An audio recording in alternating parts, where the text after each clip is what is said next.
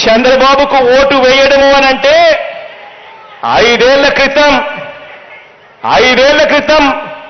వదిలించుకున్న చంద్రముఖిని మళ్ళీ వారి ఇంట్లోకి తీసుకొని రావడమే అని చెప్పి ప్రతి ఇంటికి వెళ్ళి చెప్పండి.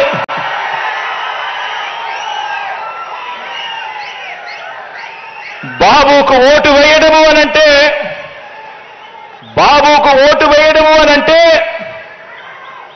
డీబీటీ ద్వారా, అంటే మీ బిడ్డ మీ అన్న బటన్ నొక్కుతా ఉన్నాడు, నేరుగా నా అక్క చెల్లెమ్మల కుటుంబాల ఖాతాల్లోకి డబ్బులు వెళ్ళిపోతా ఉన్నాయి. ఎక్కడ లంచాలు లేవు, వివక్ష లేదు. కానీ చంద్రబాబు నాయుడు గారికి ఓటు వేయటము అనంటే ఈ సంక్షేమ అభివృద్ధి పథకాలన్నింటినీ కూడా రద్దు చేయండి అని, మీకు మీరే ఆమోదం తెలపడమే అని ప్రతి ఇంటికి వెళ్ళి చెప్పండి. ఇక జన్మభూమి కమిటీలు వస్తాయి, చంద్రబాబు వస్తారు, చంద్రముఖులు ముందుకు వస్తాయి అని చెప్పి ప్రతి ఇంటికి వెళ్ళి చెప్పండి.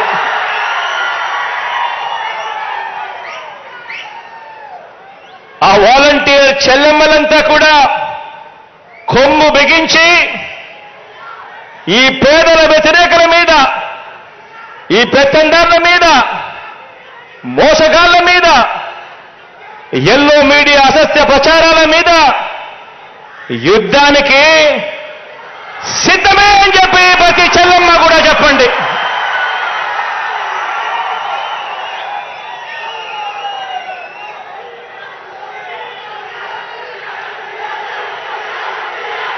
మేము సిద్ధమని ప్రజాప్రభుత్వానికి కొండంత అండగా నిలవాలి.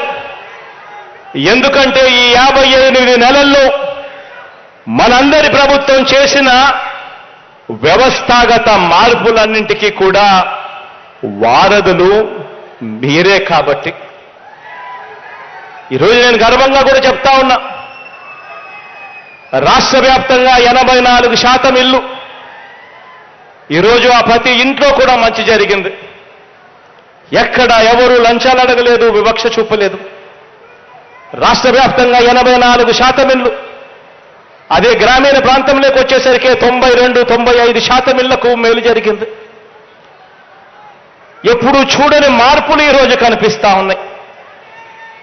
ఈ 58 నెలల్లో మీ అన్న ఈ పరిపాలన చేయగలిగాడు అనంటే ఈ వ్యవస్థాగత మార్పులకు తీసుకురాగలిగాడు అనంటే ఈరోజు నా సచివాలయ వ్యవస్థ, దానితో పాటు అనుసంధానమైన నా చెల్లెమ్మలు, నా తమ్ముళ్ళు ఉన్న నా వాలంటీర్ వ్యవస్థ వల్లే జరిగింది అని చెప్పడానికి గర్వపడతా ఉన్నా.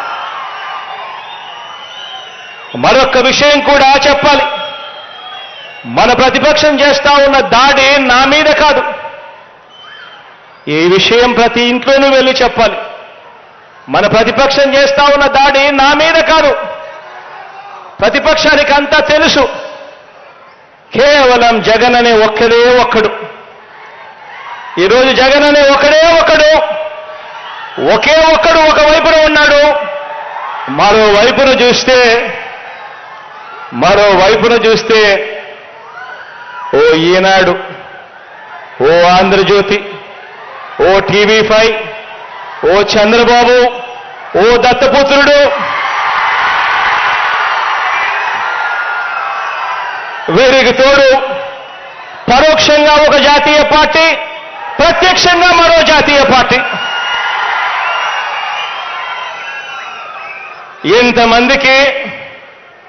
ఇంతమంది యుద్ధం చేస్తా ఉన్నది కేవలం ఒకే ఒక్కడు ఇటువైపున. కానీ వీళ్ళంతా కూడా మర్చిపోతా ఉన్నది ఏమిటో తెలుసా? ఈ ఒకే ఒక్కడికి ఉన్నది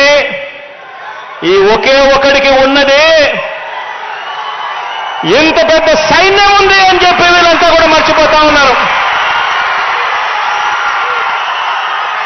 పైన దేవుడి దయను మీ బిడ్డ నమ్ముకుంటాడు.